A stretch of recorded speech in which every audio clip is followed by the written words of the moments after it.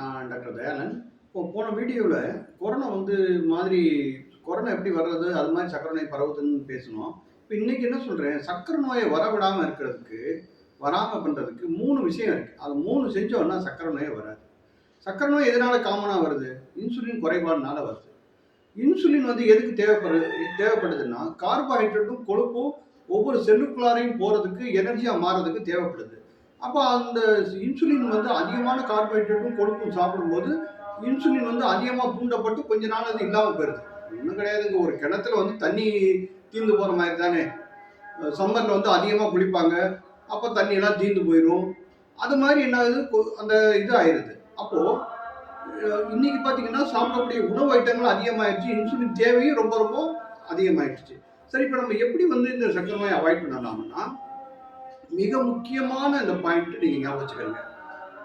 புரத சத்தும் நார் சத்தும் செரிமானம் ஆகிறதுக்கு இன்சுலின் தேவையில்லை.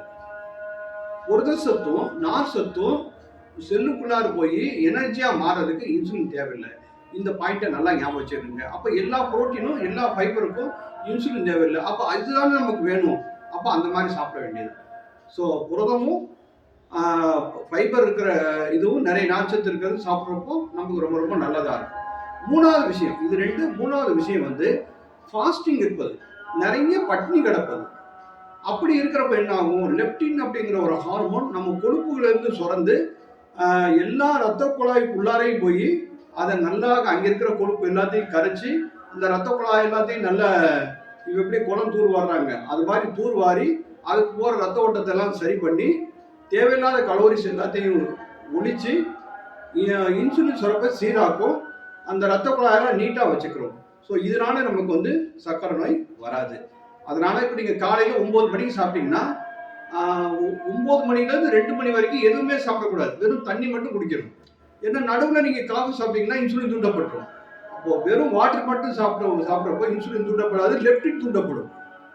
அப்போது காலையில் 9 மணிலேருந்து 2 மணி வரைக்கும், 2 மணிலேருந்து 3 மணி வரைக்கும் எல்லாத்தையும் சாப்பிட்டுட்டு அப்புறம் 8 மணிக்கு அடுத்த நாள் காலையில் முடிஞ்சால் 9 மணி அந்த டயத்தை மெயின்டைன் பண்ணி 6 மணி நேரம் 12 மணி நேரம் இந்த மாதிரி நீங்கள் உணவு ஐட்டங்களை மாற்றிக்கிட்டிங்கன்னா உங்களுக்கு சர்க்கரை நோய் வராது, இருதய நோய் வராது, பல கோளாறுகள் வராது.